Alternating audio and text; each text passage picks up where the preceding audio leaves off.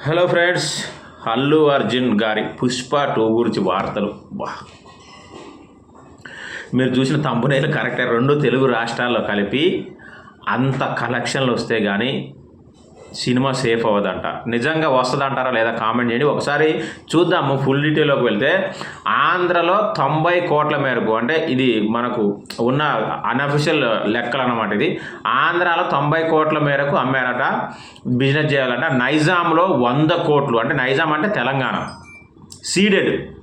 Ceded అంటేనేమో 30 కోట్లు. రాయలసీమ, ఇది స్వాతంత్రం రాకముందు దానికి సీడెడ్ అనే పేరు వచ్చింది. ఇది రాయలసీమకి. సీడెడ్లో 30 కోట్లకు పుష్ప 2ను సినిమాను బయ్యర్లకు విక్రయించారట. ఆంధ్రాలో 90 కోట్లు, నైజాంలో 100 కోట్లు, సీడెడ్లో 30 కోట్లు అమ్మడం జరిగిందనేసి వార్తలు వస్తున్నాయి.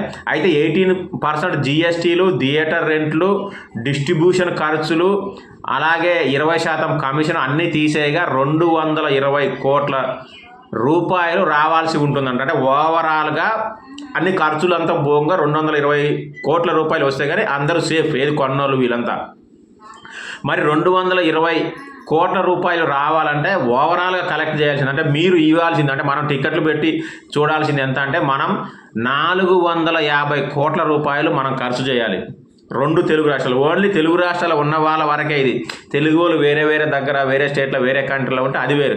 ఓన్లీ తెలుగు రాష్ట్రాల ప్రజలు 450 కోట్లు పెట్టి పుష్ప 2 సినిమాని చూస్తే కొన్న వాళ్ళందరూ సేఫ్ అవుతారు. వాళ్ళ బిజినెస్ లాస్ లేకుండా అవుతుంది. ఇక లాభాల సంగతి తర్వాత. అంటే సినిమా మళ్ళీ బాహుబలి, త్రిపురాల రేంజ్లో హిట్ అవుతే కానీ అన్ని కలెక్షన్లు రావని సినీ వర్గాలు చెప్తా ఉన్నాయి. మళ్ళీ ఇంకోటి ఏంటంటే December 5కు రిలీజ్ అయ్యి ఇది సంక్రాంతికి కూడా ఆడితేనే, అంటే ఏమంటే 1 వీక్ 2 వీక్లో ఇన్ని కలెక్షన్లు రావు కదా, సంక్రాంతికి కూడా ఆడితే కానీ అన్ని కలెక్షన్లు రావు అనేది విశ్లేషకుల అభిప్రాయం.